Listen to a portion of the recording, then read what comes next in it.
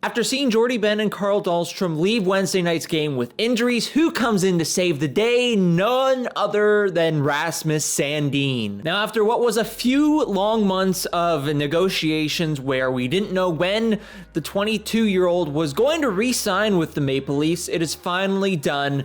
After a number of injuries plagued the Leafs, Sandin decided that he wants to return to Toronto. Now, if you're happy that Rasmus Sandin signed, hit the like button below. Let's try and hit 140 likes for his $1.4 million AAV. Hit the like button, and if you're new to the channel, hit subscribe as well. So as you can see, the Toronto Maple Leafs announced today that the hockey club has signed defenseman Rasmus Sandin to a 2-year contract. The average annual value of the contract is $1.4 million. We gotta talk about this because this is the exact same contract that Timothy Liljegren took 3 months ago. It might be different because the qualifying offer, which we'll get to a little bit later, but the exact same AAV, the exact same term, it's all the exact same. But it took Timothy Liljegren to be out, it took Carl Dahlstrom to get injured, and it took Jordie Benn to go on the injured list too.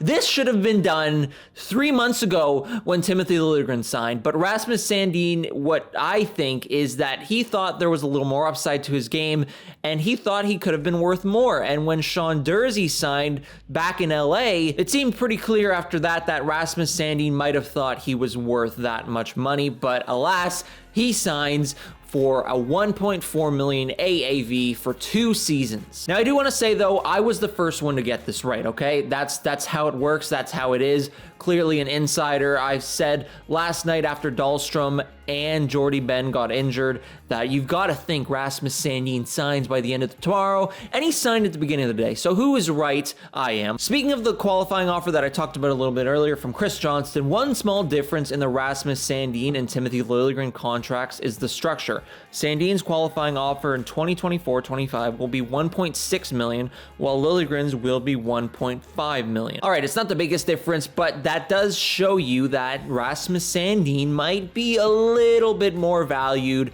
although Timothy Liljegren's numbers have been an inch or a hair better than Sandin's has in the last season or so. But I'm wondering now, as I'm looking at this, going into 2024-25, will Rasmus Sandin have a bit more leverage than he did this summer and this training camp where it didn't seem like he had any at all? Like, you have to think 2 years down the road, this guy could be really good and a really important piece to this Maple Leafs team. So I just find it interesting that this is his qualifying offer in 2 years' time. Another thing that I had to show you was the comment that Kyle Dubas made after signing Rasmus Sandin, and that's from Kristen Shilton. Kyle Dubas on Rasmus Sandin signing a 2-year deal.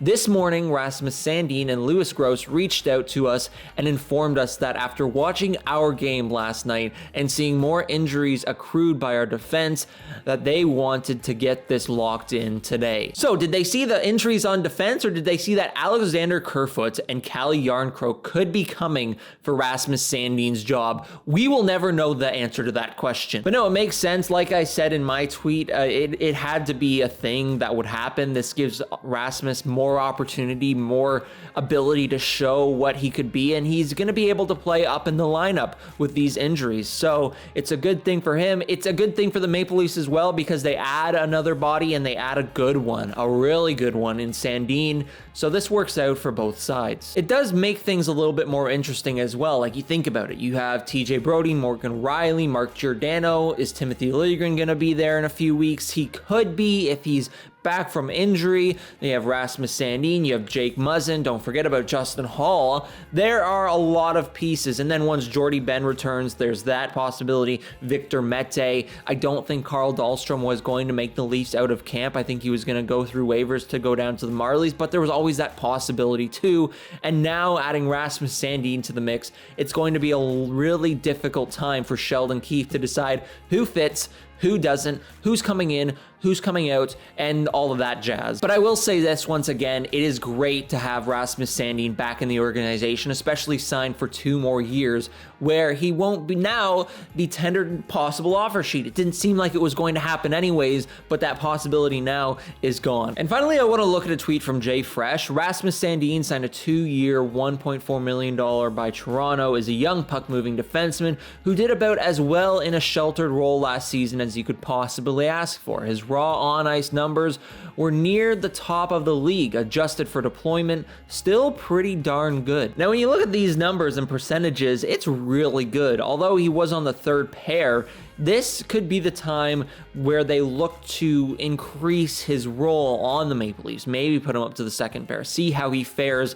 during the regular season, because that's really the next step for him. Timothy Liljegren proved it a little bit last season, but when it came to playoffs, he didn't really show the best. Rasmus Sandin, on the other hand, if he does get that opportunity similar to Liljegren, I think there's a really good showing ahead for him. Like, you look at the goals per 60, first assists for 60, it's really good, and the even strength offense is also very good. Even strength defense, very good, and the finishing as well. It's going to be interesting, really interesting to see where he ends up, first of all, in this lineup, and second of all, how he performs. Again, this is going to be a big season for him. This is going to be a season where he wants to prove to a lot of people that he belongs in this Maple Leafs defense, and it's going to be, again, intriguing, fascinating, whatever word you want to use, just to see where he ends up at the end of the season. Speaking of that, let me know in the comment section down below, where do you think he'll end up at the end of the season? Do you think he'll be in the third pairing, the second pairing,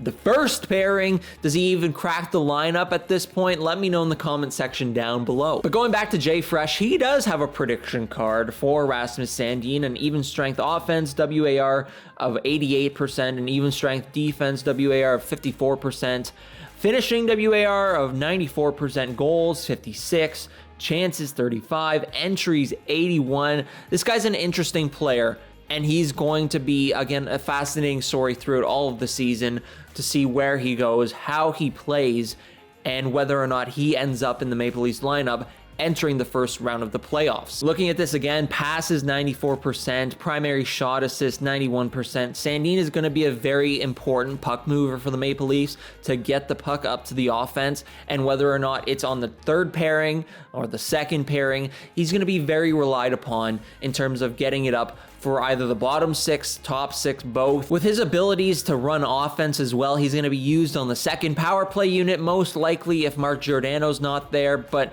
he's an important piece, and the Leafs, again, are lucky and should be happy that they got him under contract before training camp even ends, because now he's going to have the ability to get up to speed. Now he's going to have the ability to get acclimated with new teammates, figure out their tendencies, especially too figuring out the tendencies of Matt Murray and Ilya Samsonov before that happens, because that's going to be a big thing when it comes to the regular season play, and just knowing what those goalies are doing, and the goalies in turn also knowing what the defense are doing with the puck. Finally, though, I did want to include this article from Chris Johnston on North Star Bets, where he does talk about Rasmus Sandin. It's a good read if you have the time, and he talks a little bit about the fact that when he's coming, and that's expected. He's expected to fly in from Sweden on Friday and join the camp by the end of the week. So that means it's likely that he returns Saturday or Sunday, and we could see him in a few games before the preseason ends, which is going to be very good and very needed for Rasmus. Again, yeah, the Leafs can use some healthy bodies, and that should leave plenty of time for Sandin to get up to speed and become an option for the October 12th season opener in Montreal. So again, he's going to be needed with all of the injuries, the uncertainty of Jake Muzzin and his health right now. Sandin's going to be a really important piece to this Leafs defense, and hopefully he can get started and get ready fast so he's ready and acclimated for the season opener, like Chris Johnston said, which is on Montreal on October 12th. Now, though, that is where I'm going to end off today's video on Rasmus Sandin signing a 2-year, $2.8 million with a 1.4 million AAV. If you did enjoy the video, make sure to leave a like. If you really enjoyed it, subscribe, comment down below as well what you think of the signing and where he might end up to start the season in Montreal. Put all that in the comment section down below, and that is it for this one. Thank you so much for watching, and we'll see you in the next video.